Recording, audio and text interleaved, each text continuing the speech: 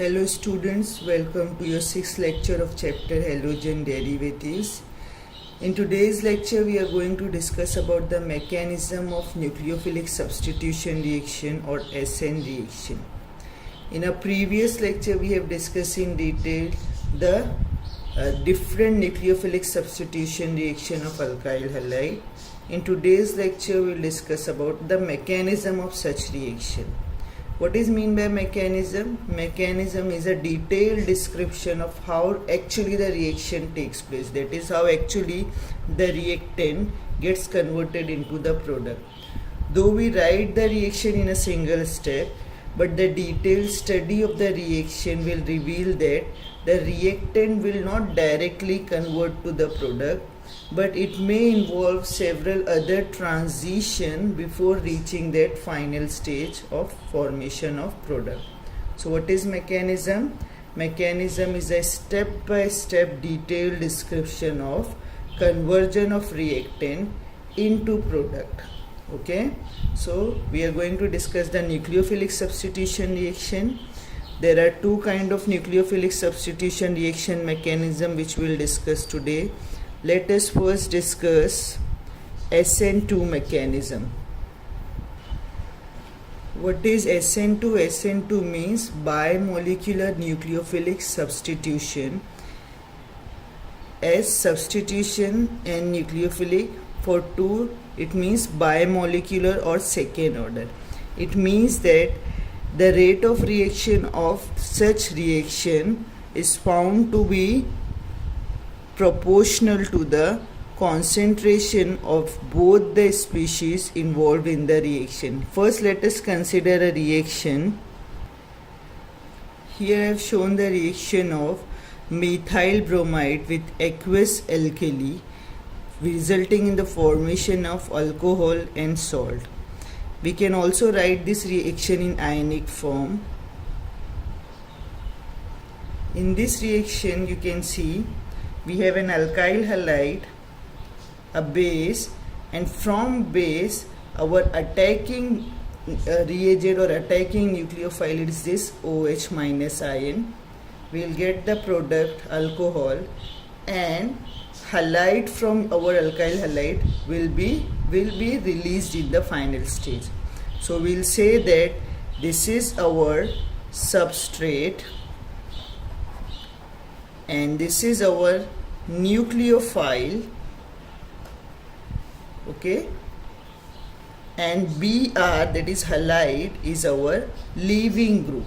Okay, halide was also a nucleophile, but it is a leaving group because this nucleophile has left our substrate. Okay, when we analyze the kinetics of this reaction, we came to know that the rate of this reaction depends on both the concentration of substrate as well as the concentration of nucleophile. This is how we represent the rate of reaction. Here you can see that the rate depends on the concentration of the substrate as well as nucleophile. So if we increase the concentration of any of this or both of these, the rate of reaction is going to increase. Now the rate law for any reaction is given on the basis of the slowest step of that mechanism. It means that the slowest step of the reaction mechanism is influenced by the concentration of both the reactants. Okay, now let us first see our reaction. This is our reaction. Here we can see that bromine is breaking its bond with carbon and hydroxyl group is making a new bond with carbon in place of bromine. This is what we are observing here. There is breaking of bond and there is making of bond. Now there are several possibilities how this making and breaking is taking place. It is possible that bromine is first breaking its bond with carbon and then the nucleophile is coming to this carbon. Another possibility is that OH is coming to carbon and after that bromine is leaving the carbon. Or one more possibility is that bromine is here and started breaking its bond, and OH is also here and it has started making its bond. Now out of these three possibilities, what is actually happening? That can be taken from this rate law equation. The rate law equation shows us that both the reactant as well, that is substrate and nucleophiles, are present in the rate determining step. It means that the OH is also present and substrate is also present, which indicates us that the breaking and the making of the bond must be taking place simultaneously. So it is a single step reaction mechanism where making and breaking will take place simultaneously. Let's see. I have drawn the tetrahedral structure of methyl bromide. I hope you remember that the dash means that the bond is behind our paper, that is below the paper. The wedge means that this bond is above the paper. So we know that in methyl alkyl halide the carbon is what? sp3 hybridized, and it will have a tetrahedral geometry. Okay, here you can see the tetrahedral structure of methyl bromide. Okay, and OH is our nucleophile which is going to attack our substrate.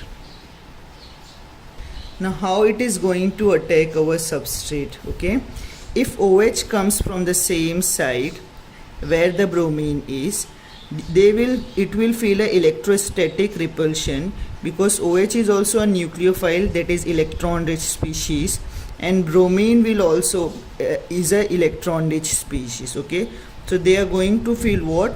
Hindrance, electrostatic repulsion. So what OH will prefer?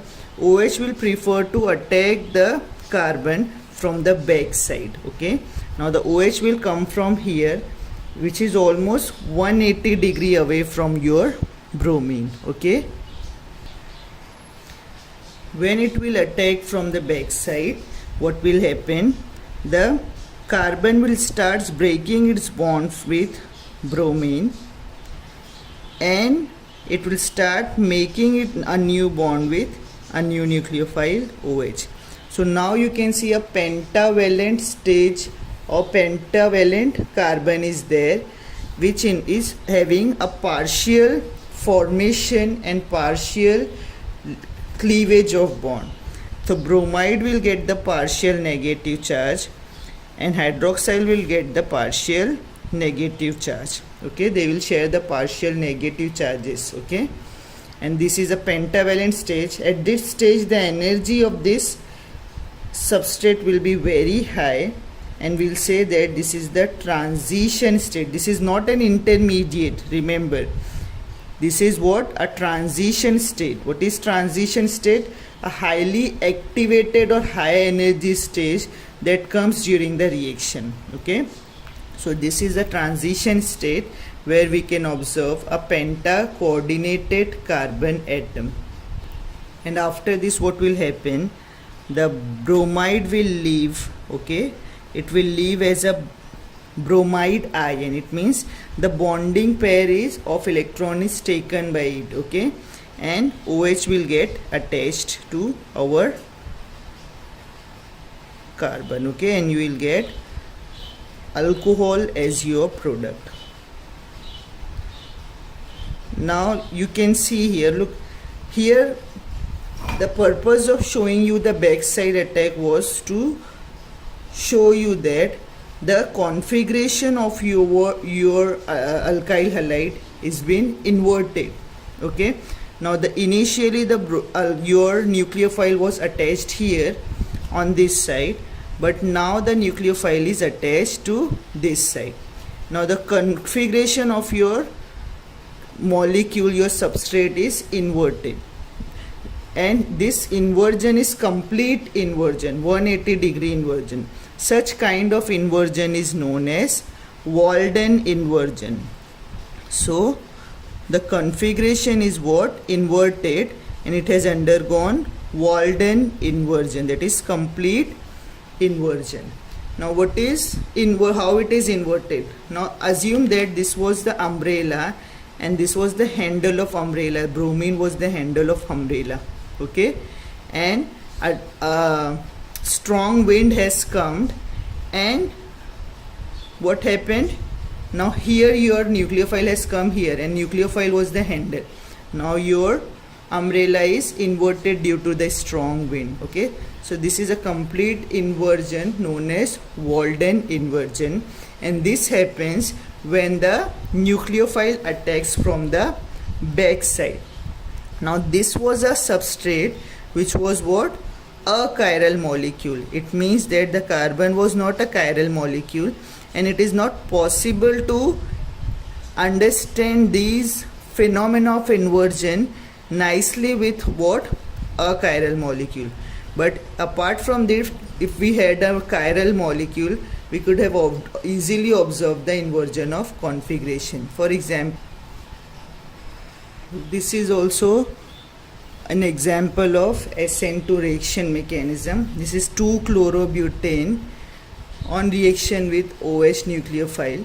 The OH will prefer to attack from the back side due to avoid the electrostatic repulsion with halide, as well as to avoid the steric hindrance due to the bulkier groups that are attached to your carbon atom. Okay, so there are two kind of hindrances which nucleophile has to face. One is electrostatic hindrance with the nucleophile which is already there in the substrate, and the other is the bulkier group or the groups that are attached to your carbon, and that will cause what? Steric hindrance due to the sizes of this group. Okay, now here the OH will attack from the back side to avoid both the type of hindrances, that is steric as well as electrostatic hindrances, and the configuration of the substrate will get inverted.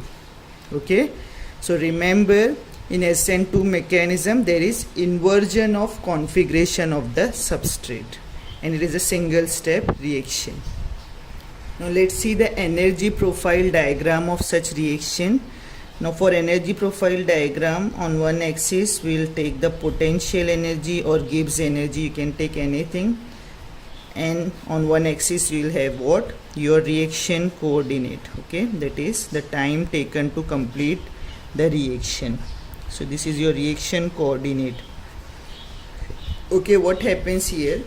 Initially the reactants were having some minimum potential energy, but when it undergoes a reaction, the energy starts rising and it reaches a maximum peak when it reaches the transition state, and after going through the transition state, again the energy will start coming down and will reach some certain minimum value when the product is formed. So remember, the number of peak in the energy profile diagram will be equal to the number of transition state that are present in your reaction mechanism. In SN2 mechanism there was only one transition state, therefore in our energy profile diagram there will be only one peak. Okay, and when will this peak form? When the transition state is reached. Okay, so initially the reactants were there which have undergone the changes and formed the product. Okay, now I have shown the product little bit lower, the energy of the product little bit lower than the reactant. It does not mean that it is always like that. The energy of the product could have been higher than the reactant also. Okay, so it will not make any difference whether you draw it little bit lower or higher than the energy of the reactant. Okay, but if you draw it little bit lower and higher, what you should understand that if the energy of the product is lower than the reactant, it means that energy has decreased and energy has been given out, and the reaction is exothermic in nature, that is heat releasing. If the energy of product was have been higher, somewhere here, the reaction would have been endothermic, that is heat consuming. Okay, and this is your energy of activation required for the conversion of reactant into the product. Okay, only those reactant molecules that have the energy equivalent to this much amount of energy can undergo the transition and form the product. Okay, So this is how we represent. What was this? This was energy profile diagram. It was energy profile for SN2 mechanism. Okay. Now, what are the important points which you should remember while discussing the SN2 mechanism? The first thing you should remember is that the reaction is of second order or bimolecular. Okay, it means that rate depends on both the substrate as well as nucleophile. It means you should be able to write the kinetics of that reaction and should show the kinetics by showing the rate law. Okay, then you should write what the one single step reaction, that is the transition, the reaction that involved the transition state. So write the reaction and plus the reaction with transition state. Okay, reaction with transition state, you should write it, and you should also explain it with the help of energy profile diagram. Okay, and you should remember that the nucleophile attacks from the back side. There is back side attack of nucleophile, and due to this what happens, there is inversion of configuration. These are the key points which you should remember while presenting the SN2 mechanism. And when you write the reaction, remember that when you show this step, show that this is the slow step. Okay, and the slow step is also known as the rate determining step, that is RDS. It is important to mention this. Okay, and show that this step is reversible in nature. Okay, so this was an important thing which I have forgot to mention here. It is a rate determining slow step, and it results in, and the OH attacks from the back side. So you can also mention it here that the OH attacks from back side, or back side attack of OH. You can show this backside attack here only, and you can show that there is Walden inversion or inversion of configuration.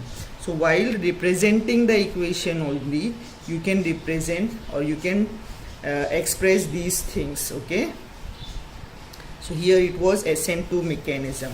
Now we will discuss what are the factors which will favor the SN2 mechanism and what are the factors which will not favor it. Okay, let's see that what are the important factors that affects the SN2 mechanism. Actually we will discuss what are the factors that will favor the SN2 mechanism. So what are the guesses? You should be able to guess that both the substrate are involved in the kinetics, that is the rate law.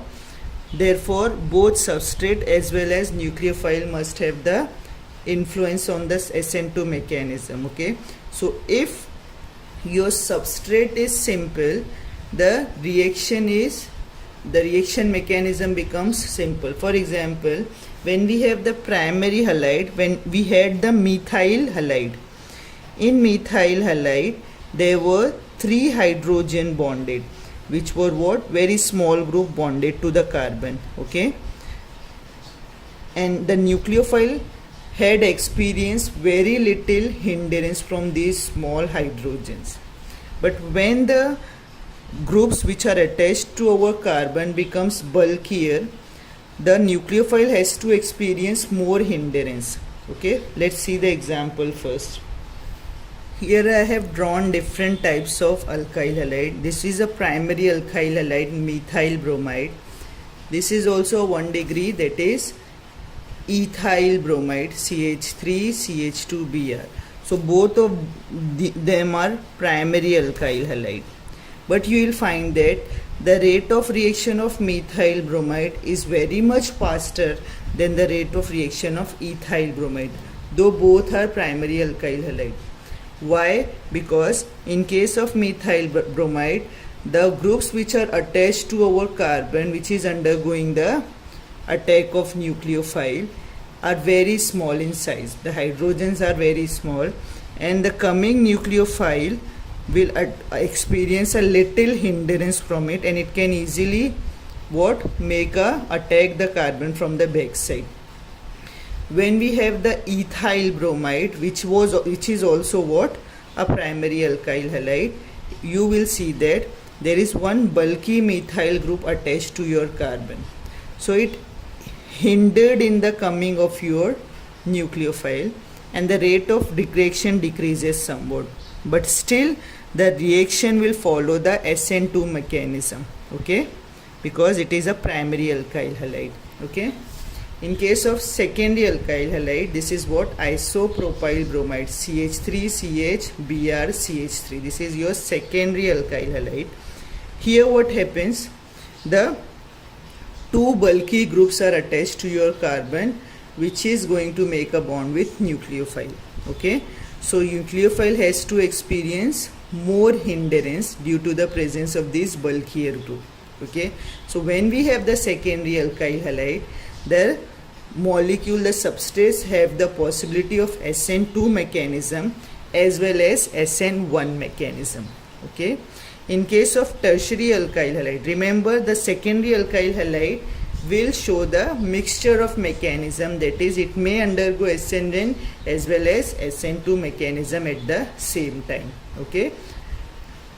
Now let's look into the tertiary alkyl halide. This is your tertiary butyl bromide, okay. The bromine is attached to the tertiary carbon, which is attached to 3-methyl group.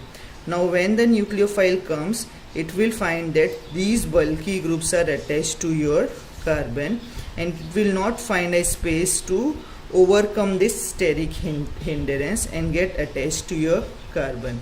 So tertiary alkyl halide will not show SN2 mechanism. So SN2 mechanism is possible favored by the primary alkyl halide, and its strength is decreases when we move from primary to secondary to tertiary, okay. So you can write it as that the primary alkyl halide will show will favor most for the SN2 mechanism, and then the secondary alkyl halide, and least in tertiary alkyl halide we are not going to find the SN2 mechanism, okay. SN2 mechanism will not be shown by tertiary alkyl halide, okay. This is how the nature of substrate will decide the mechanism of the reaction. Next is nucleophilicity of the nucleophile. Now what is nucleophilicity? Nucleophilicity is the strength of the electron releasing tendency of the coming nucleophile. We know that nucleophile are the electron rich species, and they can be negatively charged or they can be neutral. For example, water is a nucleophile. It does not have any charge on it, but it is an electron rich species because it has oxygen atom.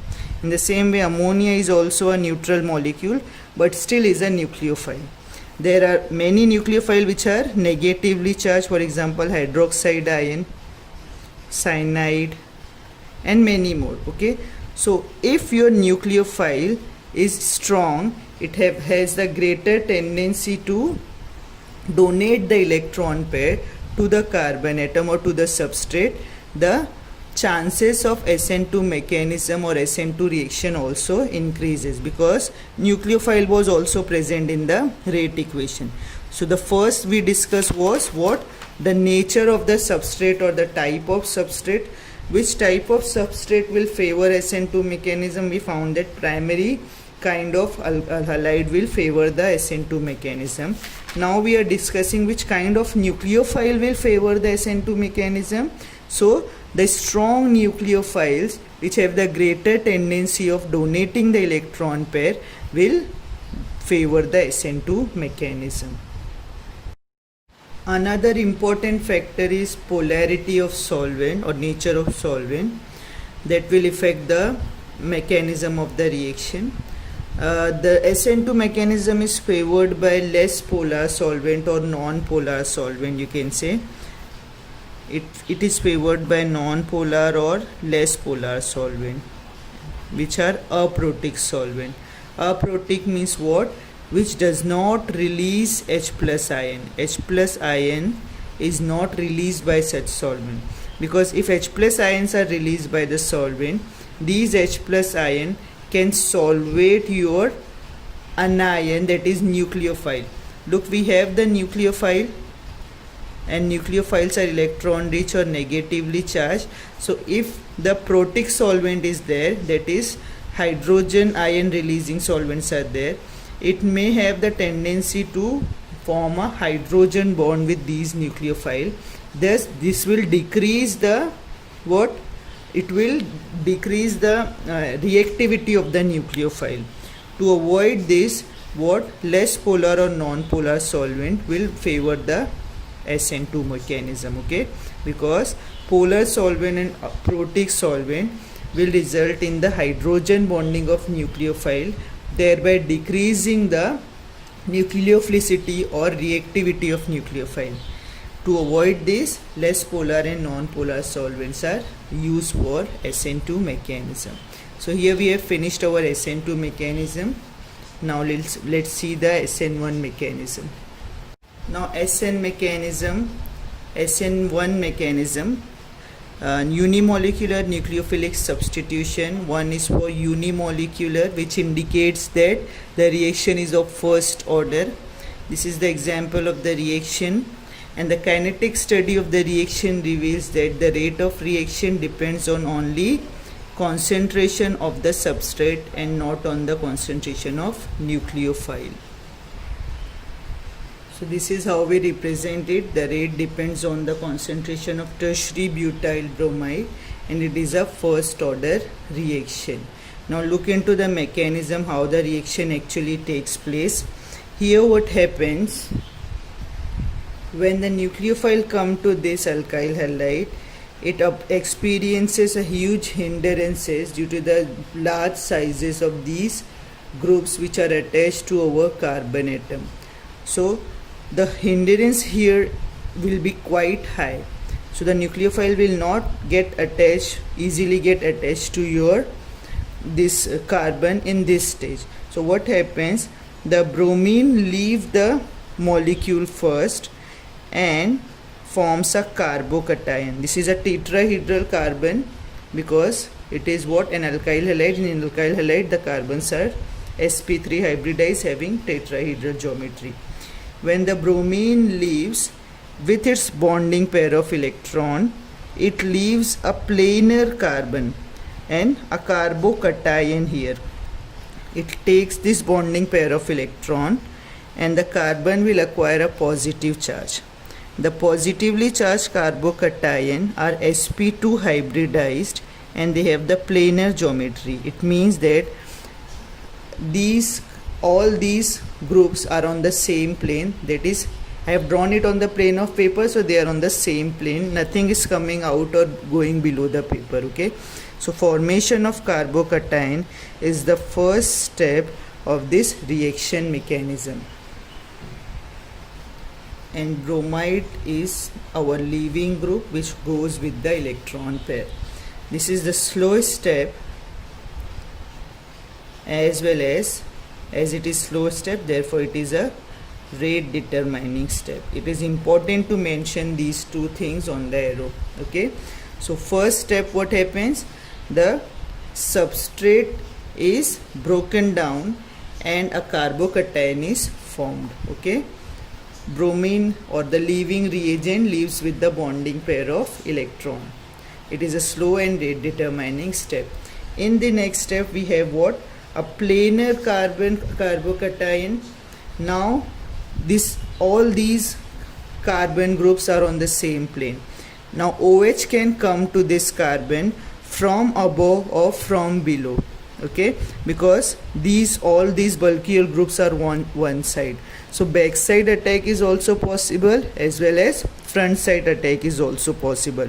The repulsion on the hindrance will be same from both the sides. So we can say that there is 50% chances from the backside attack and 50% chance of front side attack.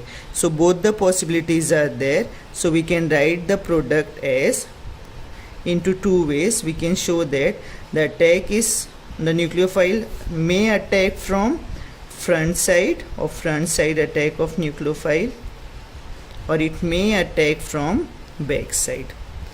Okay, when there is front side attack of the nucleophile, what will happen?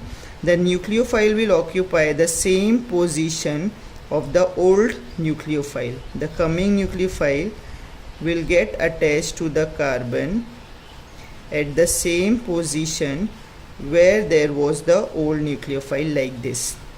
Okay, this is how the front side attack will result in the formation of product. When the attack is from back side, what will happen? The nucleophile will get what? Inverted configuration. Now there will be inversion of configuration.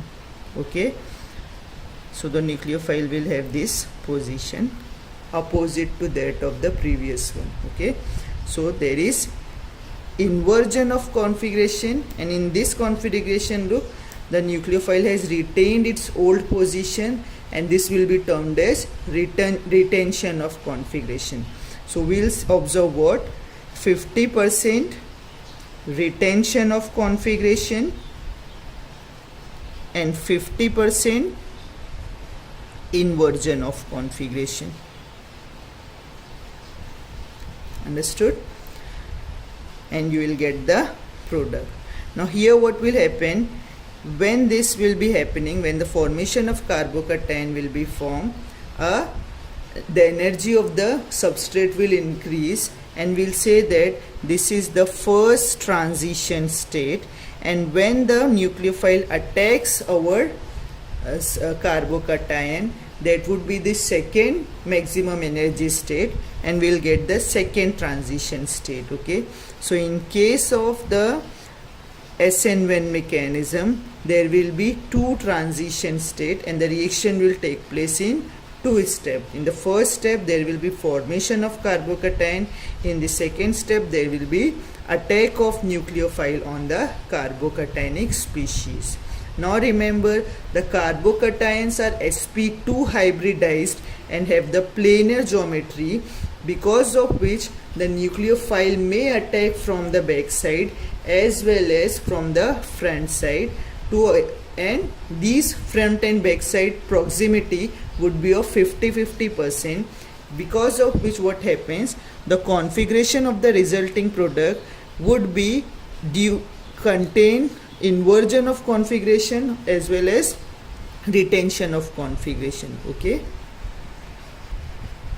now due to this inversion and retention of configuration, the final product would be a racemic mixture. We have studied racemization and racemic mixture when we have discussed the optical activity. It means that about 50% of this, look, these two are mirror images of each other. Though it is not a chiral molecule, but it is more correct to describe this phenomena when we take the chiral molecule for explaining this. But still you should understand that due to when the reaction follows the SN1 mechanism, there is 50% retention of the old configuration and 50% inversion of the configuration, because of which what happens, the product form is a racemic mixture, that is racemization take place. What is racemization? When the two optically active isomers rotate the plane of polarized light by the same angle in opposite direction. If you have the same concentration of both the species, what will happen? The effect of this rotation of plane of polarized light will nullify each other, because the rotation will take place by the same angle in opposite direction by the same concentration of both the configurations. So the net change would be 0, and that net change, when it comes 0, we say that racemization is happening. Here we have not taken an optically active compound, but still you should remember that, or you should understand that in case of SN1 mechanism there is racemization of the product. Okay, the product form is a racemic mixture due to the 50% retention and 50% inversion of configuration. So if you want to draw the energy profile diagram, I have told you that when we make the energy profile diagram, we'll make it against the potential energy and reaction coordinate. Okay, and these energy profile diagram will have as many peaks as there are transition state in our, or as many peaks as there are steps in our reaction mechanism. In this reaction mechanism we found that the reactant first form the carbocation, which is our first transition state. Then the energy of the carbocation is lowered, and when this carbocation is attacked by the nucleophile, another transition state comes and the energy again raised, and after the attack of nucleophile the energy may go down and the formation of product will take place. Okay, so we have the reactant and we have how many transition state? We have two transition state, transition state 1 and transition state 2. Okay, what is our transition state 1? It is formation of carbocation. Okay, and what is transition state 2 is your second step, which is attack of nucleophile. When this happens, the energy will then start going down and we'll get our product. Okay, so remember, in energy profile diagram you will have as many peaks as there are transition state in your mechanism. Okay, I want to say show one more thing here, that in this reaction we have shown the reaction of tertiary butyl bromide, and there is formation of tertiary carbocation, and tertiary carbocation is the most stable carbocation. Okay, so most stable carbocation has formed in our first step only, but there may be a chance that sometime tertiary carbocation is not formed as our intermediate. When this happens, what happens? Sometime if there is a possibility of formation of more stable carbocation, the carbocations may undergo rearrangement and you may get rearrangement step also. One more step will be added. Okay, so the transition state will increase, and in place of 2 peaks you will have 3 peaks. In your textbook they have mentioned only formation of carbocation, and they have given the simplest example for the formation of tertiary carbocation. Okay, so if you don't want to go in that detail, you leave it, and if you want to study it, you may study it from other references. Okay, now here what we have done: unimolecular nucleophilic substitution reaction, then the kinetic of it, and the mechanism that involve what? A slow state determining step for the formation of carbocation, and then the fast step. This is your fast step. Okay, which is attack of nucleophile from the front side as well as from the back side, resulting in the formation of the product with 50% retention and 50% inversion of configuration. Now let's discuss the factors that will influence the SN1 mechanism. We'll consider the same 3 factors which we have discussed for the SN2 mechanism. Nature of substrate. Here look, we have taken what? Tertiary alkyl halide as our substrate. Why we have taken tertiary alkyl halide? Because the reaction mechanism involves the formation of carbocation, and it has been found that tertiary carbocation are most stable, and then the secondary, and then the least stable is primary carbocation. Okay, so since the formation of carbocation is an important step in the reaction mechanism, and we know that tertiary carbocation are highly stable.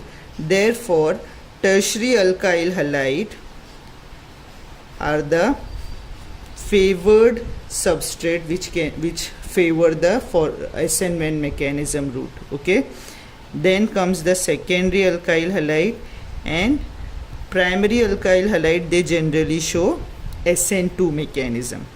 So secondary alkyl halide have the tendency to show SN1 as well as SN2 mechanism, but tertiary alkyl halide will show which mechanism? SN1 mechanism, because tertiary alkyl halide will form the most stable tertiary carbocation. Okay, then the nucleophilicity of nucleophile.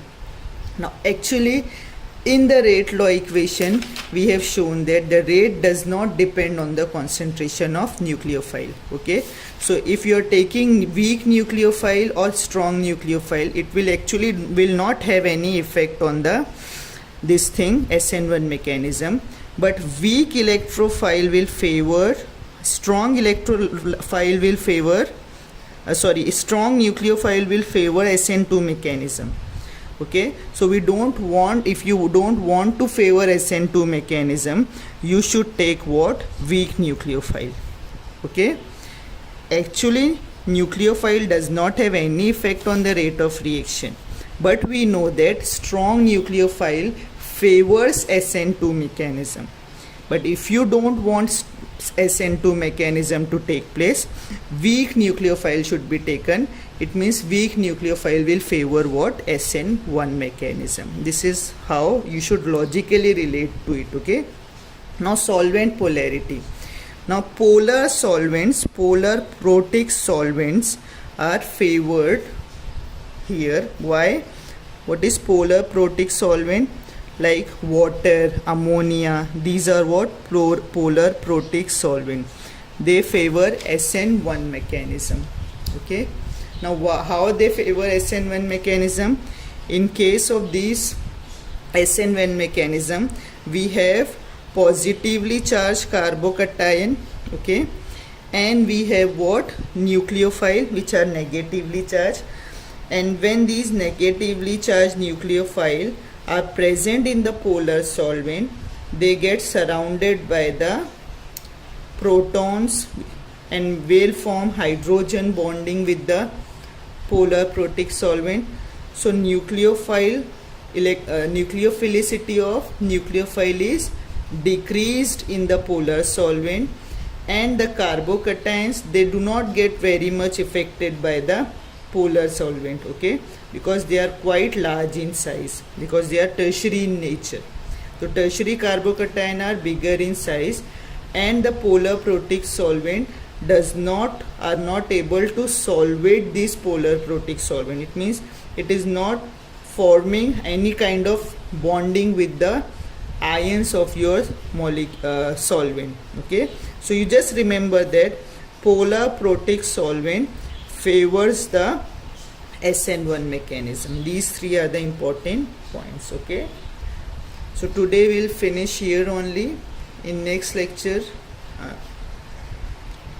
we'll do some examples for identifying whether the following reaction or the following substrates will go for SN1 mechanism or SN2 mechanism. Today let's finish here. Okay, Allah Hafiz.